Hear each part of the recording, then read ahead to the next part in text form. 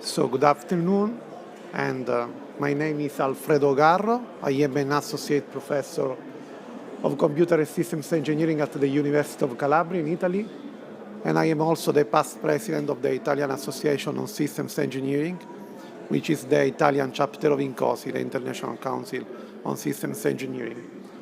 So thank you for inviting me, and thank you for attending this presentation, and thank you for inviting me to talk about how systems engineering and concurrent engineering can boost up BIM. So after a short overview about systems and concurrent engineering, I will discuss on how BIM can benefit from systems and concurrent engineering, but also how systems engineering can benefit from BIM.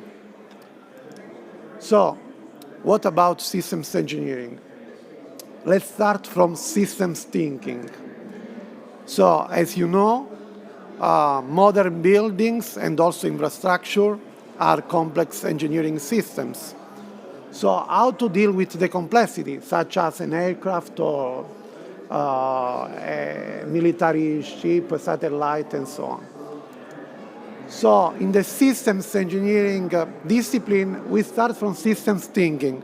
So systems thinking is a way of making sense of the complexity of the world by looking at the items of alls and relationships rather than by splitting it down into its part. So from the systems thinking point of view, relationships shape the world more than objects, and so the mindset of systems thinking is to move from a world made by objects to a world made by relationships. And there are 6 main pillars in systems thinking. So this is the mindset at the ground of systems engineering, which are holism, purpose, context, emergent behavior, complexity, and perspectives. Obviously, we cannot discuss in details these 6 pillars, but together they build the systems thinking mindset. So what is systems engineering? Systems engineering is the systematic adoption of systems thinking for the realization of systems. And I would like to provide you with 2 definitions. One from INCOSI. So systems engineering is an interdisciplinary approach and means to enable the realization of successful systems. The other one is from ESA, ACSS. Systems engineering is the art to define, design, realize, and verify a system in a 3-dimensional space, so across disciplines, along the life cycle, and through the supply chain.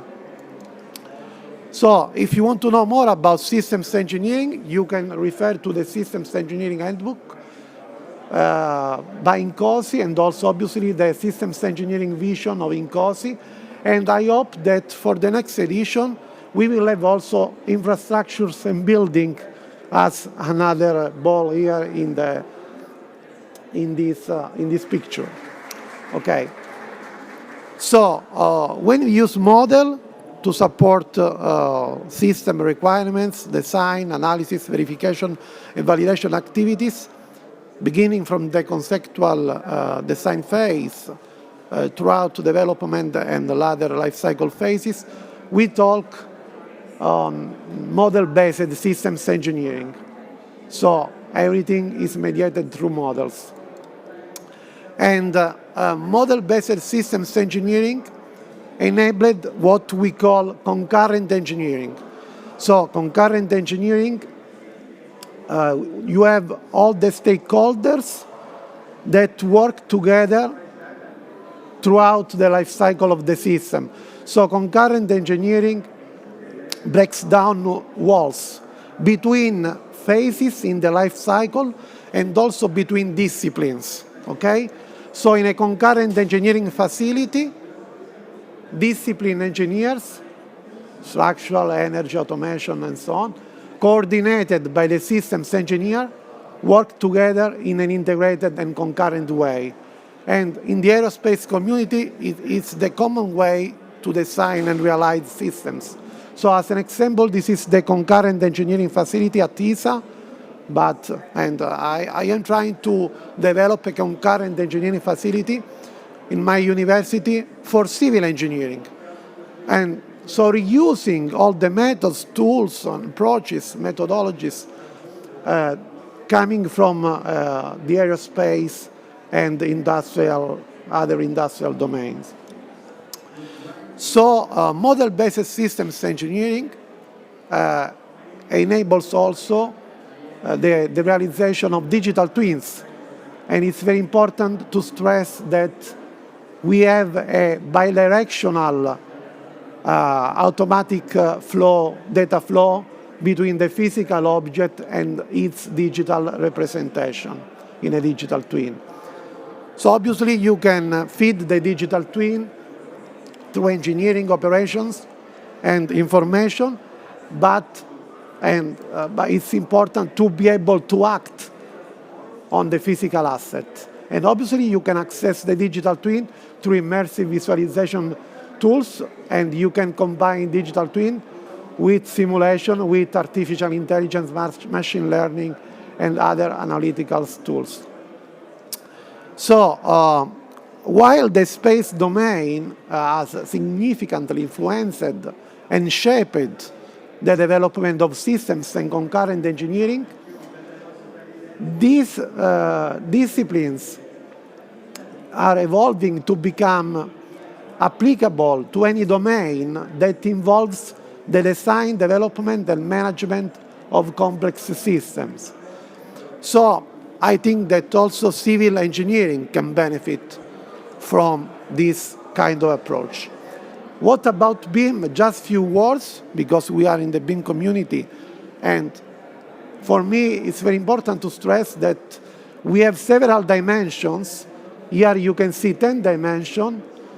So BIM allows stakeholders to simulate, analyze, and optimize different dimensions of the system.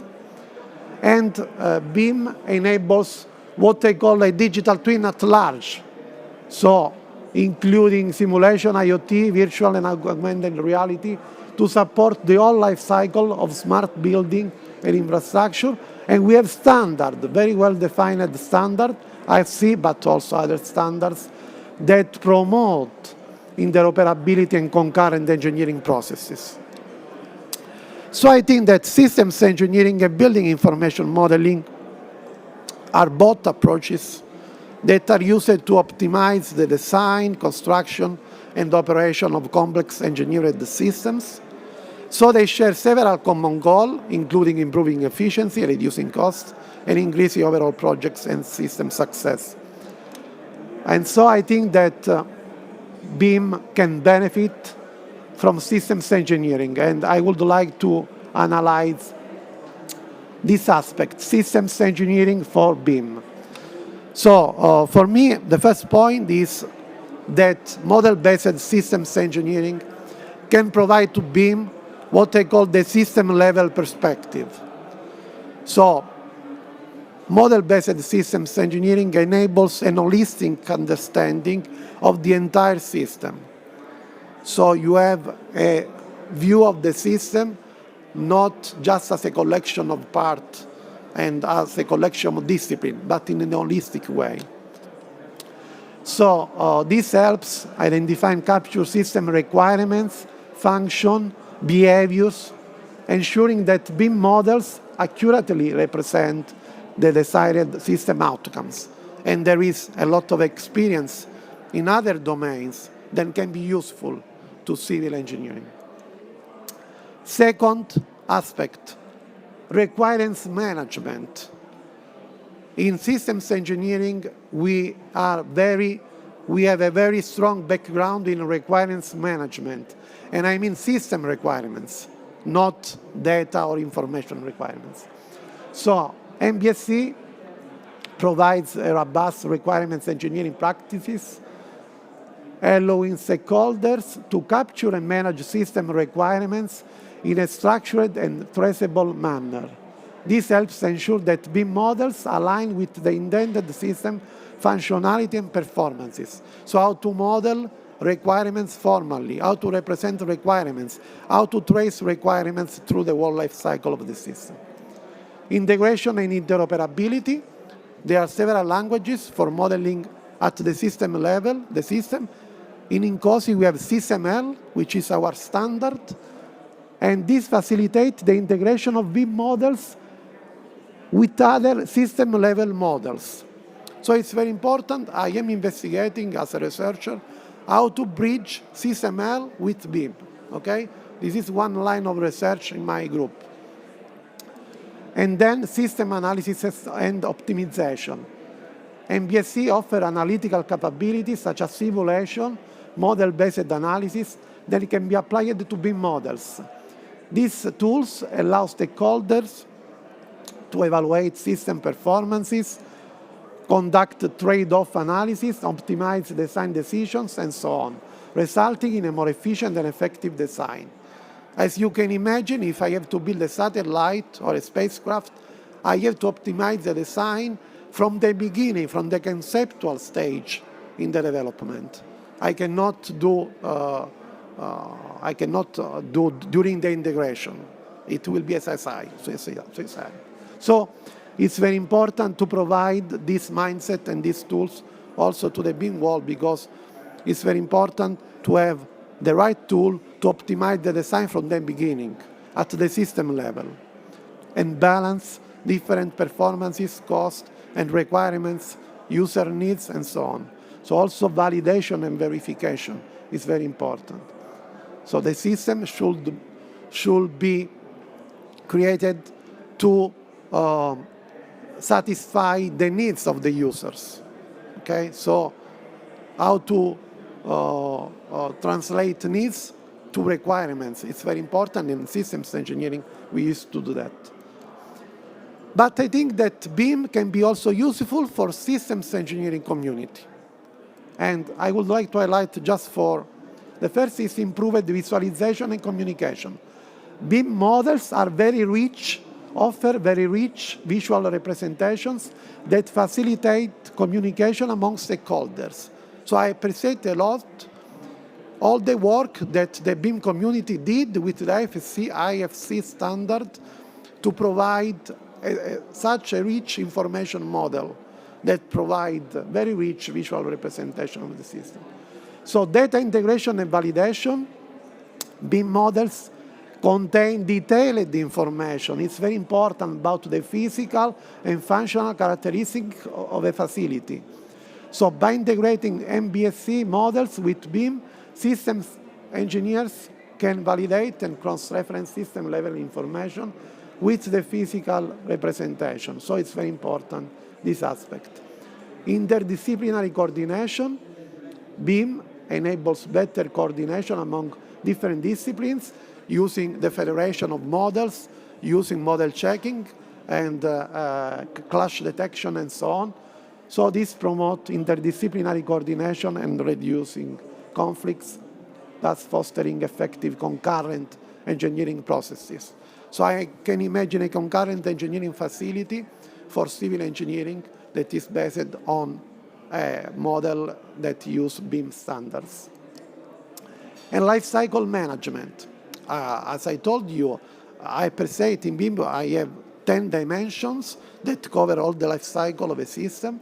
So BIM focus on the entire life cycle of a facility, aligns well with model-based and system thinking approach.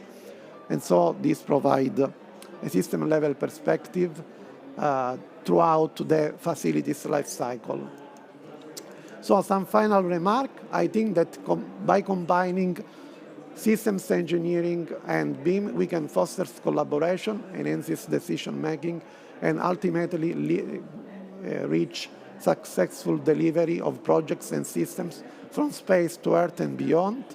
And it's time to bring systems engineering and concurrent engineering models, method, tool, techniques well established in other engineering domains to civil engineering.